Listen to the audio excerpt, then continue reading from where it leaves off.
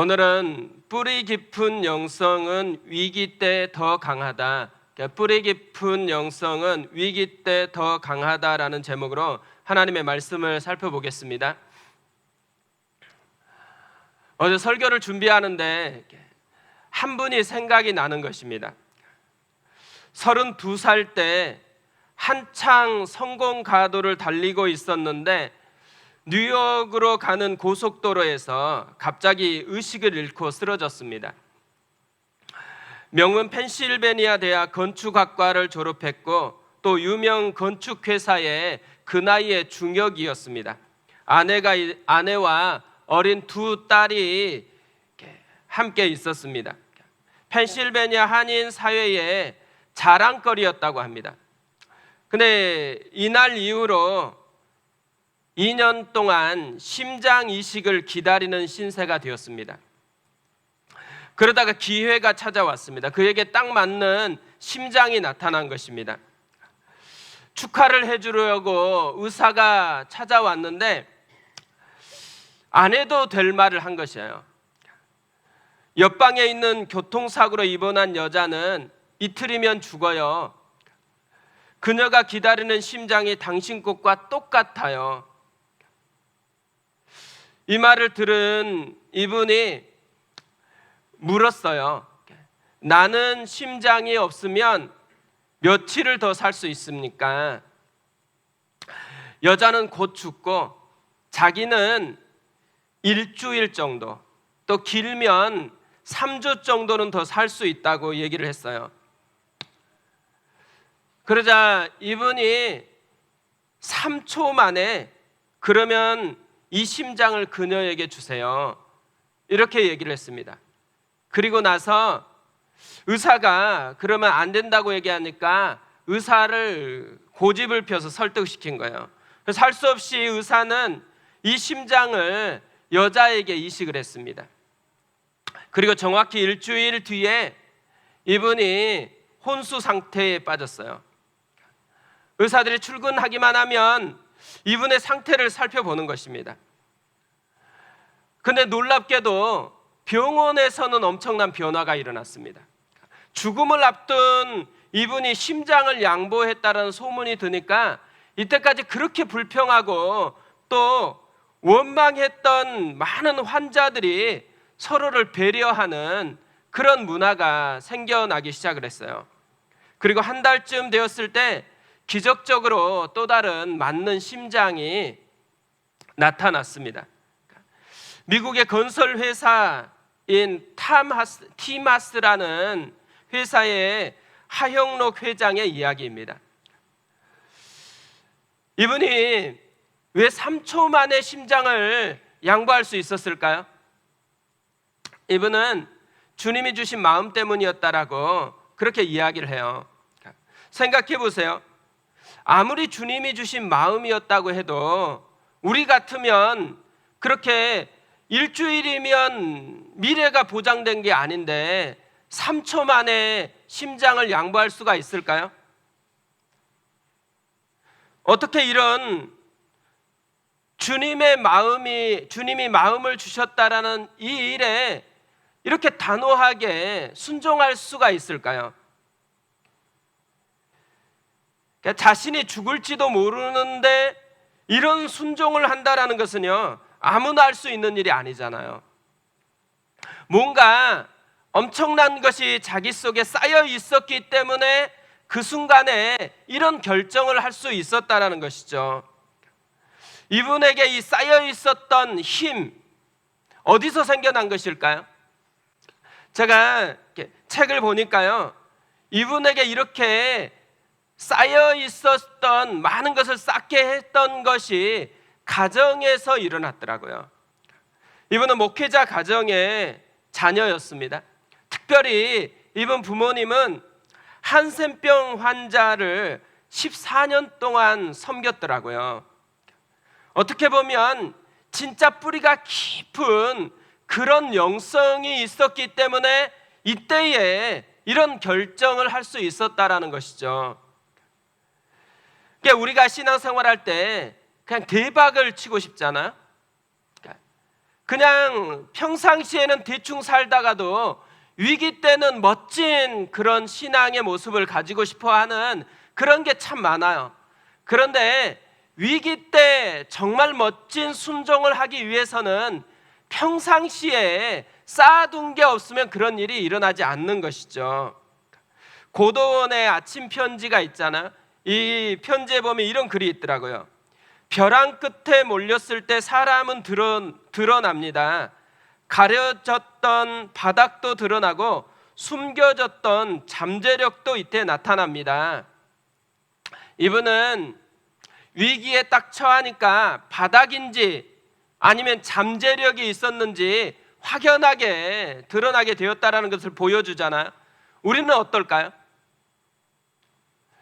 위기가 찾아오면 뿌리가 없어서 금방 바닥이 드러나는 그런 모습일까요? 아니면 우리도 뿌리가 깊은 영성이 있어가지고 아무리 위기가 다가와도 우리 속에 드러나는 것이 깊이 쌓여있는 잠재력일까요? 뿌리 깊은 영성이 되는 것, 이게 우리의 모습이었으면 좋겠습니다. 에스겔은 어땠을까요? 에스겔을 보면 이 위기가 찾아오니까 드디어 그 속에 쌓여 있었던 잠재력이 드러나기 시작합니다. 에스겔은 지금 인생 가운데 바벨론 포로가 되었다라는 엄청난 위기이면서 폭풍을 경험하고 있는 것이잖아요.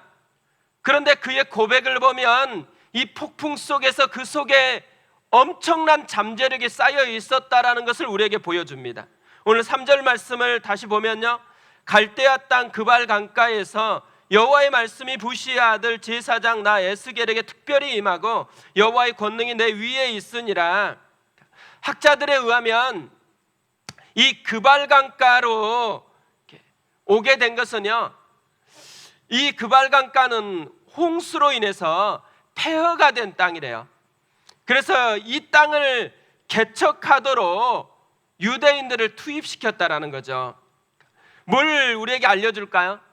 에스겔은 평생 제사장의 삶에 대한 훈련만 받았어요.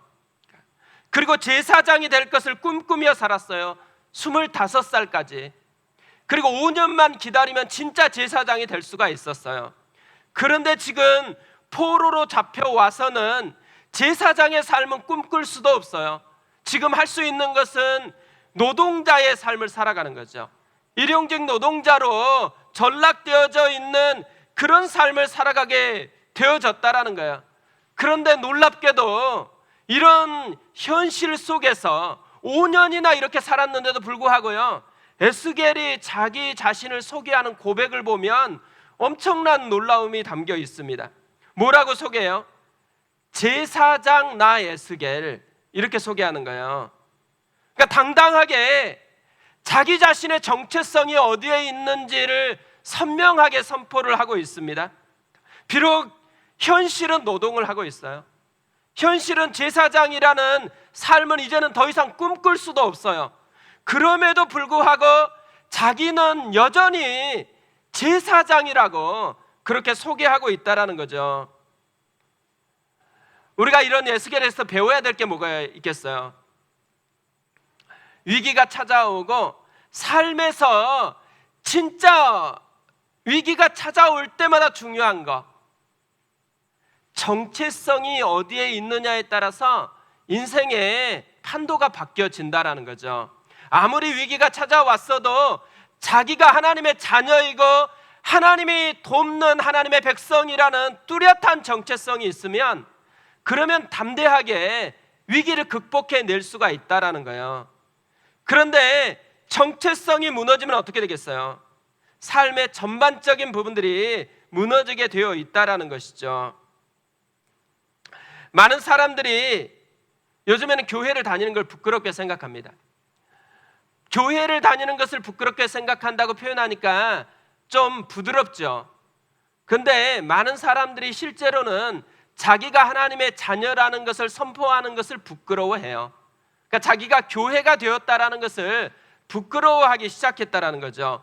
그러면서 왜 부끄러워하냐라고 물어보면 다 무엇을 얘기를 해요? 교회 목회자가 타락했거나 교회가 타락했거나 이렇게 접근을 해요. 맞는 접근일까요? 실제로는 굉장히 심각하게 오류가 있는 거죠.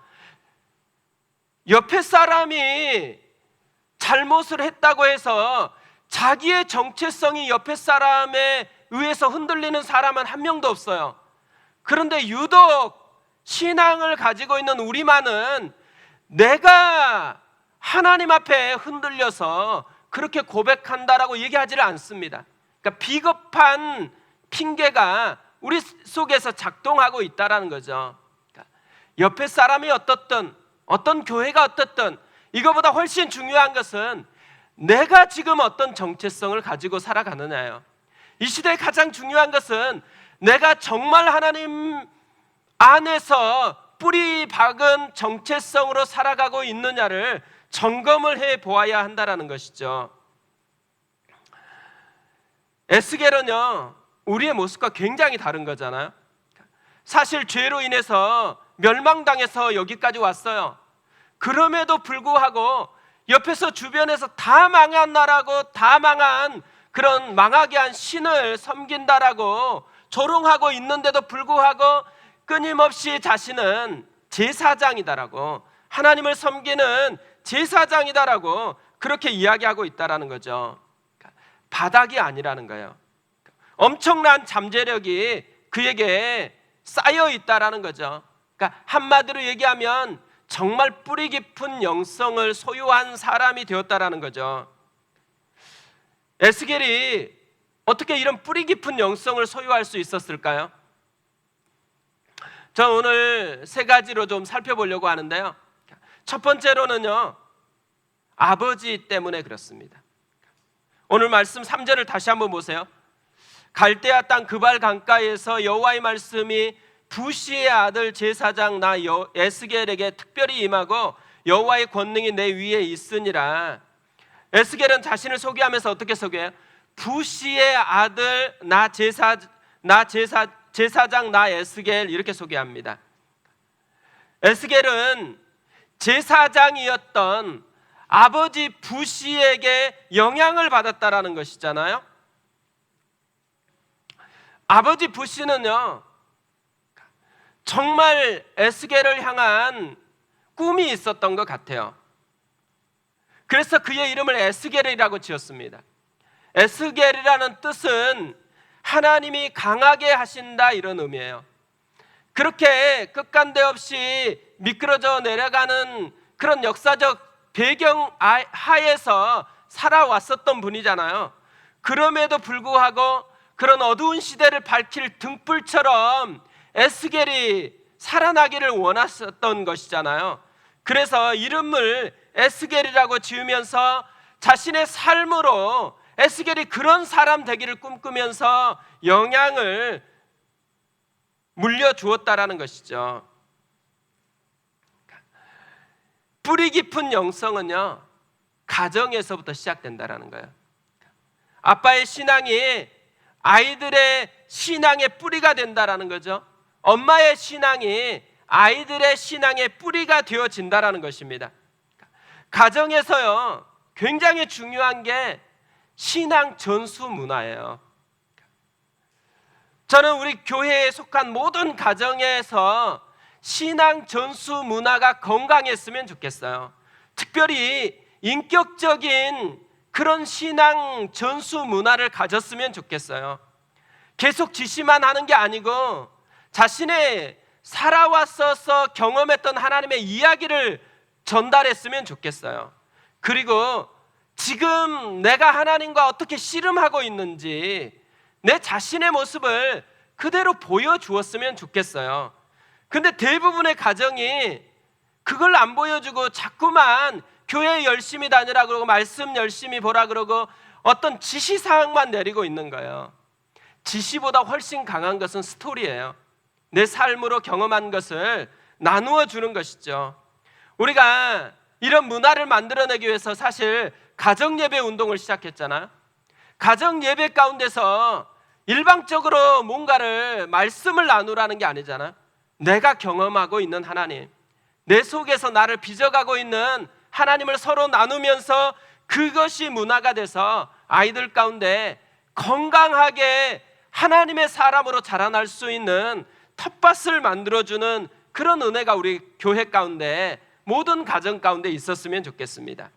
두 번째로요, 에스겔이 뿌리가 깊이 성장할 수 있었던 이유가 어디 있냐면 어린 시절에 경험한 신앙 문화에 있다라는 거예요. 사실 에스겔은 요시야 왕이 다스리던 때에 태어났습니다. 에스겔이 태어나던 해에요, 정말 특별한 일이 생겨났어요. 성전을 수리하다가 성경이 발견이 되어진 거예요. 그로 인해서 요시야 왕의 놀라운 신앙 개혁 운동이 불같이 일어납니다. 열왕기하 23장 4절부터 보면요, 이런 개혁 운동이 어떻게 되었는지를 자세하게 설명해요. 한 절만 살펴보면 이래요. 왕이 대제사장 hil기야와 모든 부제사장들과 문을 지킨 자들에게 명령하여 바알과 아세라와 하늘의 이루엘 성신을 위하여 만든 모든 그릇들을 여호와의 성전에서 내다가 예루살렘 바깥 기드론 밭에서 불사르고 그것들의 죄를 베델로 가져가게 하고, 이때까지 쌓여 있었던 모든 더러운 우상 숭배의 문화, 모든 신앙의 잘못된 형태를 과감하게 청산하는 이 운동이 이때부터 일어나기 시작했다라는 거예요. 결국 에스겔은요, 자라나면서 뭘 바뀌었어요? 신앙 개혁 운동, 불같이 일어나는 신앙을 개혁하고 온전한 하나님의 백성이 되기를 꿈꾸었던 이 신앙 개혁 운동의 문화를 경험하면서 자라났다라는 것이죠. 이런 신앙 문화를 자연스럽게 물려받았기 때문에요, 제사장이 된다라는 것이 긍지가 있었다라는 거예요. 그래서 아무리 지금 척박한 환경이어도 자기 자신 마음속에 깊이 살아있는 긍지, 난 제사장이다, 이 고백을 할 수가 있었다라는 거죠. 우리가 사실 자라나면서 대부분 부흥의 시대를 경험하고 자라났을 거라고 생각합니다. 저는 누구보다도 부흥을 경험하면서 자라났어요. 그리고 제가 자라났을 때 대부분의 교회들은 성장하는 교회였습니다. 또 대학생 시절에는 무엇보다 이런 정말 살아있는 신앙 문화를 실제로 경험하면서 자라났죠. 여름 수련회 가면 지금도 기억나는 거, 텐트 안에서 촛불 켜놓고 찬양하고 서로를 위해서 기도하고 눈물 흘리면서 나라를 위해서 기도하고 열방을 위해서 기도했었던 거. 또 몽산포 그 바다에 물이 계속해서 밀려들고 있는데도 그 바닷속에서 서로 안고 끊임없이 기도했었던 거. 이 하나하나의 신앙 문화가 쌓여가지고 제 인생을 여기까지 빚어주었다고 생각합니다. 그러니까 사실 지금 신앙생활 하시는 대부분의 많은 은혜를 경험했던 분들은요, 빚쟁이세요. 하나님이 얼마나 많은 은혜로 우리를 빚어주었어요. 빚어주었던 그것으로 그대로 우리의 아이들에게 신앙을 물려주어야 한다는 것이죠. 어떻게 보면 코로나로 인해서 이제 많은 것이 멈췄다가 다시 올해 여름에 캠프가 시작이 되어집니다. 우리도 많은 여름에 은혜를 경험했던 문화를 가지고 있잖아요. 이번 여름 캠프를 위해서 특별히 기도해 주었으면 좋겠습니다. 매번 생각날 때마다 기도해 줬으면 좋겠어. 우리 아이들이 이번 여름 캠프를 통해서 정말 신앙의 새로운 문화를 마음속에 또 삶으로 경험할 수 있도록, 그래서 이것이 쌓여가지고 어느 날 위기가 찾아왔을 때 나는 하나님의 아들이라고, 나는 하나님의 딸이라고, 하나님이 나를 빚어주었던 선명한 흔적이 있다라는 것을 이들이 기억해낼 수 있는 그런 여름이 되었으면 좋겠어요. 그래서 이 여름을 위해서 특별히 기도해 주었으면 좋겠습니다. 마지막 세 번째로 에스겔이 영향받았던 것은요, 예레미야 선지자였습니다. 예레미야는 주전 627년부터 말씀을 전했어요.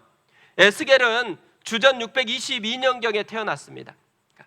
25살까지 에스겔이 들었던 주 메시지는 예레미야를 통해서 들려왔던 메시지예요. 그래서 실제로 에스겔과 예레미야는 둘 다 선포하는 메시지가 비슷합니다. 그러니까 본국에 남아있는 유대인들이 멸망할 거라는 거예요. 바벨론의 유대인들이 앞으로 새롭게 하나님의 역사를 감당하게 될 것이라는 이 공통된 주제를 선포했다라는 것이죠. 결국요, 강단이 살아 있어야 된다라는 거예요.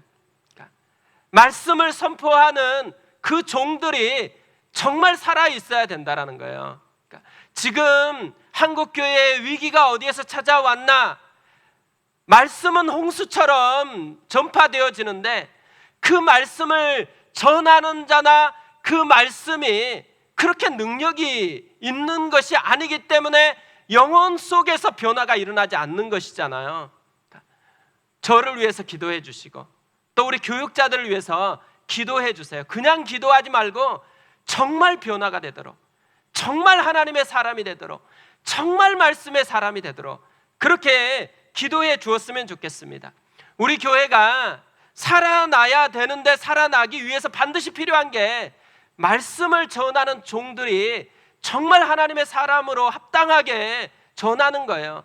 우리 순장님들과 교사들과 모든 말씀을 섬기는 종들이 정말 하나님의 사람으로 하나님의 말씀을 전하는 것이 있어야 된다라는 것이죠. 사실 에스겔의 이 신앙의 뿌리를 세 가지에서 왔다고 우리가 살펴봤습니다. 근데 이 세 가지를 종합해 보면요, 공통점이 하나 있더라고요. 이 모든 세 가지는요, 다 일상의 영성이라는 것이에요. 에스겔이 이런 깊은 신앙의 뿌리를 가지고 있었던 것은 기적적인 체험을 많이 했기 때문이 아니에요. 가정에서 또 신앙에 함께하는 일상적인 문화에서 또 말씀을 듣는 그 모습에서 깊은 신앙의 영성이 형성될 수 있었다라는 것이죠.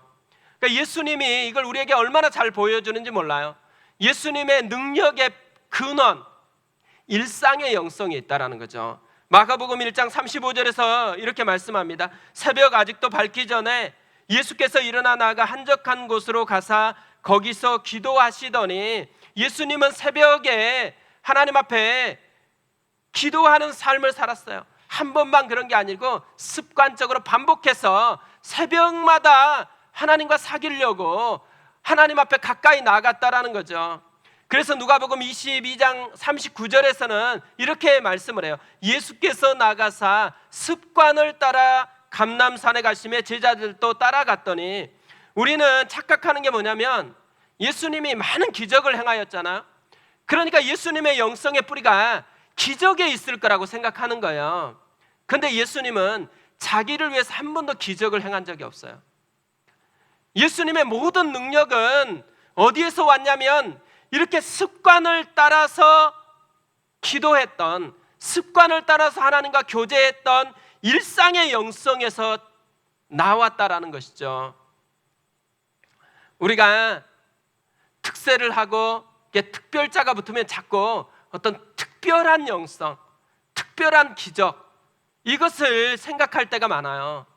근데 특별한 영성이 필요한 것은 일상의 영성을 강하게 도와주기 위해서 특별한 것을 하잖아요.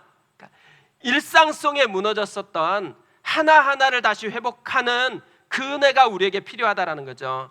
저는 어제 사실 다른 본문을 가지고 말씀을 준비하다가 갑자기 이것으로 바꿨어요.